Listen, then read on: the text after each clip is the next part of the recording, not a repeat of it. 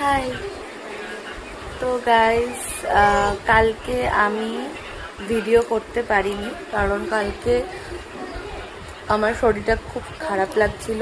তো সেই কারণে কালকে কোনো ভিডিওই করিনি, মানে সারাটা দিন শুয়েই ছিলাম।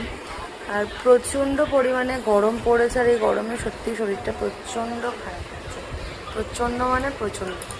তো এইদিকে আমার মেয়েকে এখন তেল মালিশ করা হয়ে গেছে। না আজকে মাথাটা কালকে মেখেছে তো আজকাল লাগবে। মাথায় শ্যাম্পুটা করিয়ে দেবো নাকি?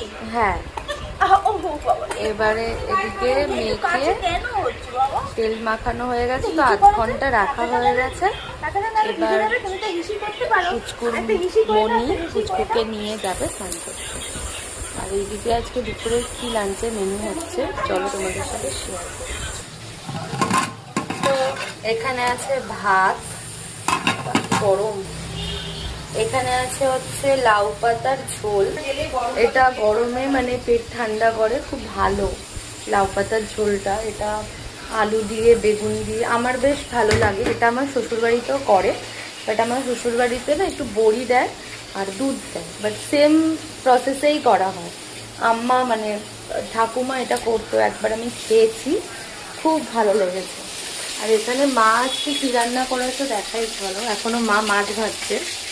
এই যে এখানে দাদা লাইলন টিকা মাছ এনেছে, এদিকে লাইলন টিকা মাছ ভাজা হচ্ছে, ওদিকে হচ্ছে আলু ভাজা হচ্ছে। আর এটা হচ্ছে একদম পাতলা করে সর্ষে পোস্ত দিয়ে রান্না করা হবে। তো এটা হচ্ছে আজকে লাঞ্চের মেনু।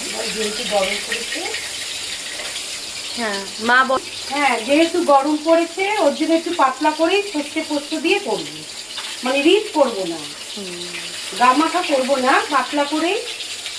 পাতলা করেই মানে সর্ষে পোস্ত দিয়ে করবো। এটাতে কোনো ক্ষতি হবে না। কিছু করেছে। তো আমার মেয়ের একটা নতুন হ্যাবিট হয়েছে এখন, ওকে ওর মনি নিচে টয়লেট করায়, ও কিন্তু নিচে টয়লেট করে দাঁড়িয়ে। ও এখন দাঁড়াতে শিখে গেছে একটু একটু, মানে ওকে ধরে দাঁড় করালে ও দাঁড়ায়। তো গাইস, মায়ের রান্না ডান। আর দেখো মাছটা আমাদের কিভাবে রান্না করা হয়েছে। এই হচ্ছে তেলাপিয়া মাছের মানে লাইলন টিকা মাছের সর্ষে পোস্ত দিয়ে একটু ঝোল ঝোল করেই করা, কারণ অনেকটা গরম, ওই জন্য বেশি রিচ করা হয়নি। আর আমি এখন যাব হচ্ছে